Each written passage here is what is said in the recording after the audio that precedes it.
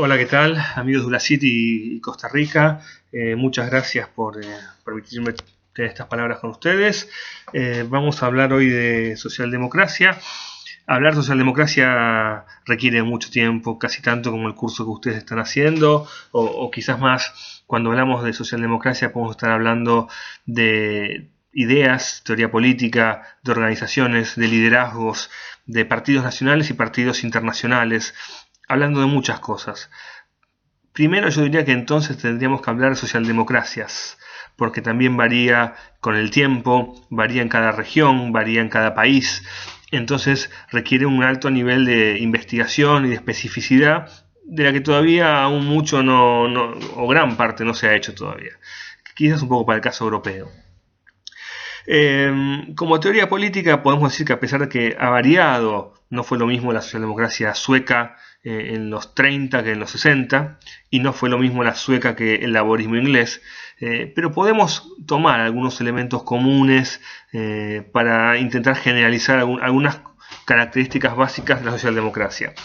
Primero yo diría que fue un grupo de ideas que no han rechazado el cambio, que han sido flexibles, que han sido pragmáticas, a diferencia de sus orígenes marxistas y quizás del leninismo sobre todo, o del trotskismo. La socialdemocracia cambia. Cuando cambia el entorno, cuando cambian las demandas, no tiene miedo a cambiar. Eso yo diría que es una primera característica. Una segunda característica es que ha sido internacionalista. Esto no significa que un partido tome posición por lo que pasa en Siria. Internacionalista significa que tiene una política de gobernabilidad global, que quiere cambiar el sistema internacional y buscar formas supranacionales de gobierno, ¿no? La Unión Europea, por ejemplo, podría ser uno de ellos, o que piensa la política más allá de las fronteras nacionales. De esto se deriva que la socialdemocracia es la antítesis del nacionalismo. Así que ahí ya tenemos dos características muy importantes. Yo diría que una tercera que se puede mencionar es la reconciliación entre la socialdemocracia, entre el socialismo y el liberalismo, ¿no? Luego la experiencia comunista, leninista, luego de los nacionalismos de Alemania y de Italia, la socialdemocracia surge como una reconciliación histórica con los valores del liberalismo clásico, de la libertad y sobre todo con la democracia. ¿No? Es decir, no hay socialismo sin democracia. Esa pasa a ser ahora la nueva máxima de la socialdemocracia. Y así arranca el periodo de posguerra. Yo diría que entre 1945 y 1973 es un momento de auge de estas ideas. Pensemos que en 1945 terminada la Segunda Guerra Mundial, Inglaterra surge destruida, pero entre los vencedores, con un liderazgo muy importante a nivel mundial, como es el de Winston Churchill. Ese mismo año, 1945, hay elecciones en Inglaterra y pierde Churchill, ¿no? Cosa que no pasaría nunca acá en Argentina. Si hubiésemos ganado la guerra de Malvinas, todavía tenemos a los militares en el gobierno. Ahí Churchill fue uno de los pocos que resistió, y el laborismo inglés le gana las elecciones en 1945, y eso genera una fuerte influencia en el resto del mundo, que llega hasta América Latina, y además vuelven a ganar las elecciones los partidos nórdicos, ¿no? Que ya venían gobernando desde antes. Y esto inicia una especie de siglo corto al estilo de Hobsbawm socialdemócrata, que va a tener como uno de sus principales resultados la construcción de los estados de bienestar, la construcción de sociedades muy igualitarias en un sistema que privilegia la desigualdad, como es el capitalismo. Llegando a niveles inéditos, como en los países nórdicos, ¿no? La socialdemocracia en ese aspecto es el reformismo obrero, ¿no? Es la reconciliación, o es el Estado regulando la relación entre el capital y el trabajo, en momentos en que eso se podía hacer, ¿no? Cuando el Estado Nacional aún tenía herramientas para regular los mercados financieros, las empresas, etc. Eso va a cambiar a partir de la crisis del petróleo de 1973. Bueno, toda esta época de los 50 y los 60 es de mucho auge, muchos triunfos electorales de la socialdemocracia y sus partidos, y además un momento de mucha movilización social, ¿no? Pensamos en el Mayo francés, los movimientos pacifistas antinucleares, antiguerra de Vietnam, los repudios a las dictaduras latinoamericanas, los premios Nobel literarios de América Latina, los movimientos feministas, todo eso que pasa a América también en forma del hipismo en Estados Unidos, pero en América Latina en muchas formas también el auge de las guerrillas. Es un momento en que está muy movido el ambiente sociopolítico del mundo, y yo diría que la socialdemocracia en América Latina llega con más éxito a partir de 1976. Previamente, la socialdemocracia siempre intentó expandirse, sobre todo la internacional socialista. Siempre intentó tener lazos con partidos afines en América Latina. Desde que el laborismo gana las elecciones en 1945, intenta participar de la Guerra Fría del lado de Estados Unidos, tanto generando partidos políticos propios en los países que se están descolonizando en Asia y en África, como también cooptando otros en América Latina. En esto fracasó. Fracasó porque el laborismo inglés estaba mal visto, la izquierda se radicalizó después de la Revolución Cubana, la socialdemocracia internacional eligió a los partidos socialistas del Cono Sur como partners y esto fue fracasado. A partir de los 60 eso cambia cuando Willy Brandt y el socialismo alemán retoman un poco el poder de la socialdemocracia internacional, el laborismo retrocede y se produce una suerte de vuelta a la izquierda de la socialdemocracia, y ahí sí empiezan los vínculos con otro tipo de dirigentes y de partidos. La socialdemocracia dice, bueno, los partidos socialistas de Argentina, de Uruguay, de Chile son chicos, son muy ideologizados, se tienden a fragmentar, no tienen vínculos muy sólidos con el movimiento obrero y además no van a ganar elecciones muy fácilmente. O en el caso de los chilenos está muy cerca del comunismo. Entonces hay que buscar otros partners, otros socios, y los partidos que ellos llaman populares, el APRA de Perú, Acción Democrática de Venezuela, el PRD en ese momento de Bosch, luego de Peña Gómez en Dominicana, y por supuesto el PLN en Costa Rica. Costa Rica ya tenía vínculos, el partido, propios con los socialdemócratas, sobre todo con los ingleses. De hecho, Anthony Crosland, un teórico bastante famoso, había estado en Costa Rica, y la Fundación Ebert había abierto el centro de la Catalina ahí también en Costa Rica. También había abierto centros de lo que fue el CEDAL, ¿no?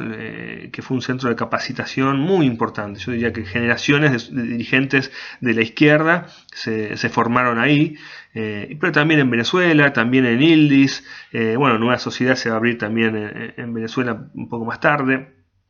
Pero bueno, digamos que la socialdemocracia a partir de los 60 ya entiende que estos partidos son los partidos que pueden ser socios, pero de todas maneras no estaban dadas las condiciones todavía para una alianza entre ellos, ¿no?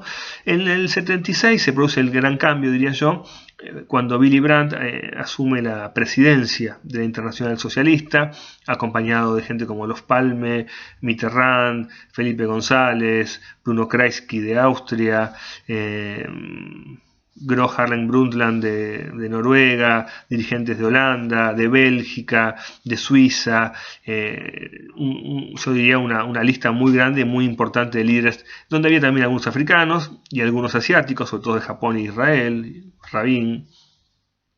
Pero quizás el dato más importante es que a esta red se le suma una gran cantidad de partidos políticos y líderes latinoamericanos. Por primera vez hay una asociación directa, sin desconfianza, diría yo, como lo había cuando la socialdemocracia estaba siguiendo a Estados Unidos y conducida por el laborismo inglés. Pensemos que, bueno, en América Latina el nacionalismo muy fuerte, el anticolonialismo en algunos lugares todavía es un sentimiento muy, muy fuerte también, y los ingleses traían consigo imágenes problemáticas, ¿no? Sobre todo en los 50, en los 60, lo que fue también en medio de la guerra, en las guerras de liberación de África, ¿no? Y también pasaba con los franceses lo mismo, sobre todo con el tema Argelia. Pero bien, en este momento, que sean los alemanes, que sean los suecos, porque Olof Palme era el otro líder, y Bruno Kreisky el austríaco, Austria, Suecia, Alemania, tres países que no tenían tradición imperialista y colonial en América Latina, por lo menos. Entonces esto facilitó la situación y se empiezan a juntar algunos líderes que empiezan a tener muchas cosas en común. Carlos Andrés Pérez, Gonzalo Barrios de Venezuela también, Anselmo Zule y Aniceto Rodríguez de Chile, gente del Frente Amplio Uruguayo, creado en 1971, Leonel Brizola de Brasil, los dirigentes que mencioné antes, de Costa Rica, Figueres, Oduber, Monge, tenían muy fuertes vínculos con esta generación socialdemócrata. Michael Manley en Jamaica, otro muy importante dirigente de la Internacional. Acá se agrega también los sandinistas, las variantes del grupo de los 12 sobre todo, Torrijos, ¿no? Un sorprendente aliado que adquiere la socialdemocracia y una pieza fundamental en esta red que va a dirigir Willy Brandt, una red que es formal pero que es informal a la vez, que la integran partidos políticos de izquierda, pero otros que no, con el Partido Liberal Colombiano, por ejemplo, ¿no? Grupos revolucionarios como el de Granada, como los sandinistas, grupos que están cerca de guerrillas como los salvadoreños de Guillermo Ungo. ¿Qué tenían en común? ¿Por qué todos estos se juntan a partir del 76? Y yo diría que por una década van a tener una acción muy importante en la región. Lo que tienen en común, primero, una serie de valores personales producto de experiencias casi traumáticas. Todos se han exiliado, todos han luchado contra dictaduras, contra la dictadura de Hitler, contra la dictadura de Franco, contra la dictadura de Salazar, en el caso de Mario Suárez. Todos han sido exiliados, Willy Brandt se ha exiliado, Bruno Kreisky se ha exiliado, sus países han sido destruidos, han luchado contra sus propios gobiernos, y esto les da una capacidad de comprender, aunque ahora a los europeos les estaba yendo bien, le da una capacidad de comprender lo que está pasando en otras regiones del mundo.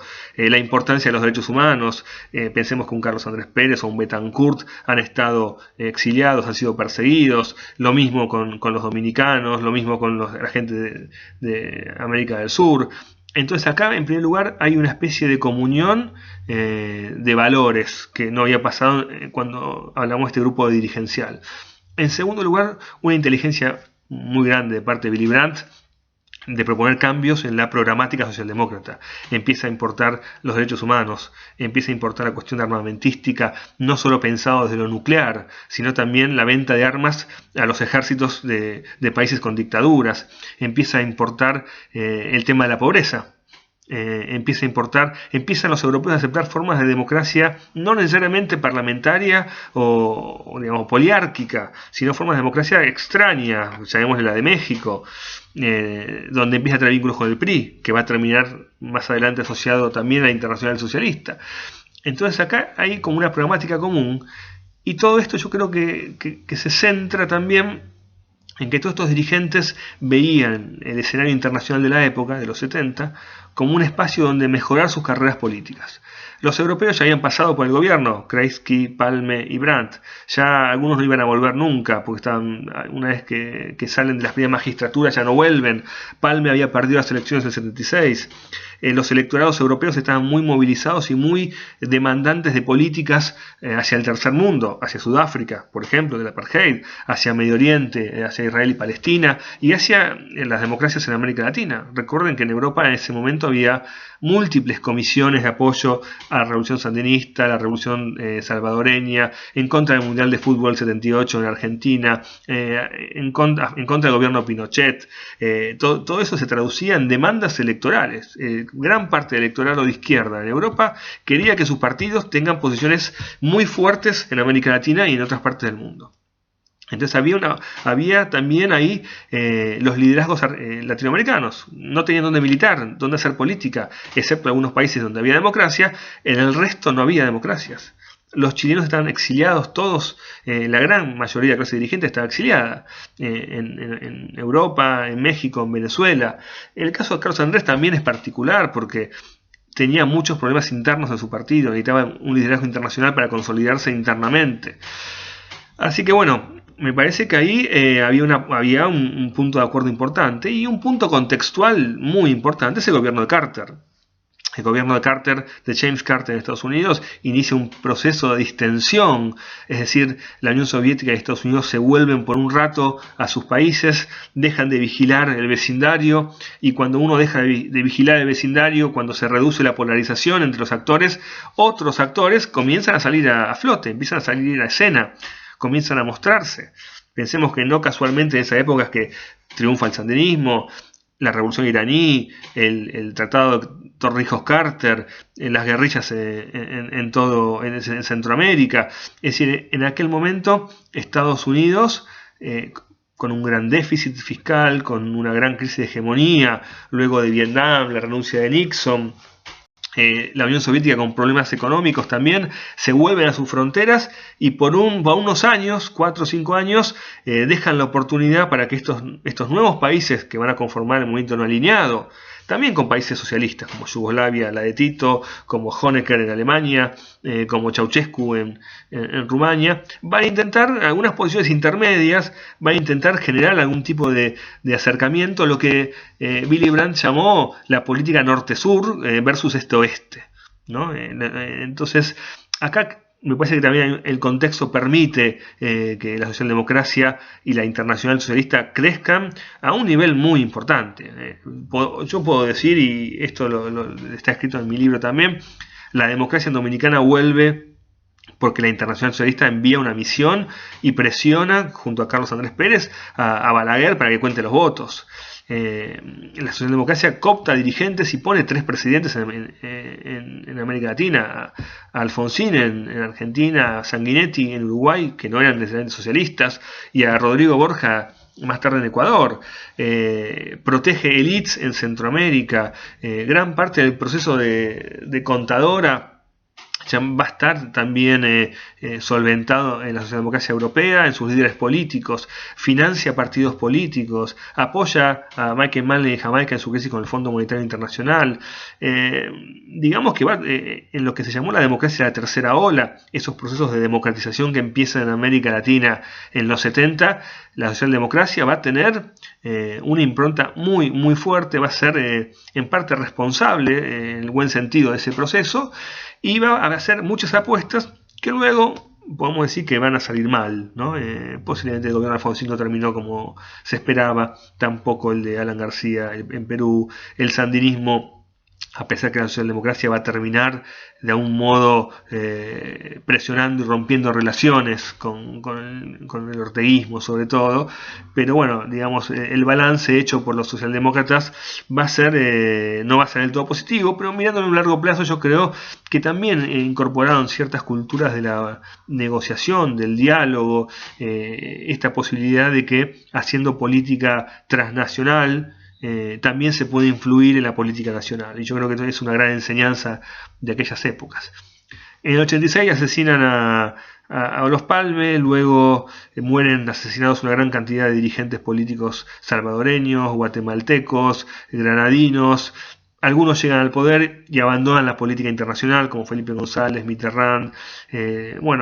Acción Democrática y el PLN van a entrar en un proceso también de conflicto con los socialdemócratas europeos porque efectivamente no estaban de acuerdo con el apoyo que se le daban a los grupos más de izquierda, ¿no? Ellos, pensemos que en Costa Rica y en Venezuela había elecciones y los partidos de centro derecha o demócratas cristianos trabajaban con la idea que Acción Democrática y el PLN apoyaban a los comunistas, ¿no? Y efectivamente podemos decir que los partidos socialistas, sueco, alemán, el inglés, el laborismo inglés en ese momento muy de izquierda, apoyaban también a Cuba, a Nicaragua, y eso generó una rispidez que se fue acrecentando a partir del 82, 83, y que con la guerra de Malvinas va a llegar a un punto muy alto porque efectivamente la ruptura entre europeos y latinoamericanos ahí va a ser fuertísima.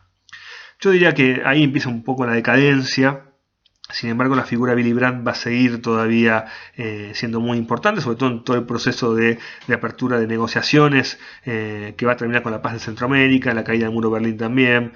Y creo que ahí terminó la historia más productiva de la socialdemocracia y de la Internacional Socialista, como una expresión política de las organizaciones socialdemócratas, sobre todo porque una de las características, y esta las dije al principio, pero una me la dejé para el final, es que si hay algo que se mantuvo igual desde 1945 a 1992, es que la socialdemocracia intentó mantener en todo tiempo un espacio intermedio entre Estados Unidos y la Unión Soviética.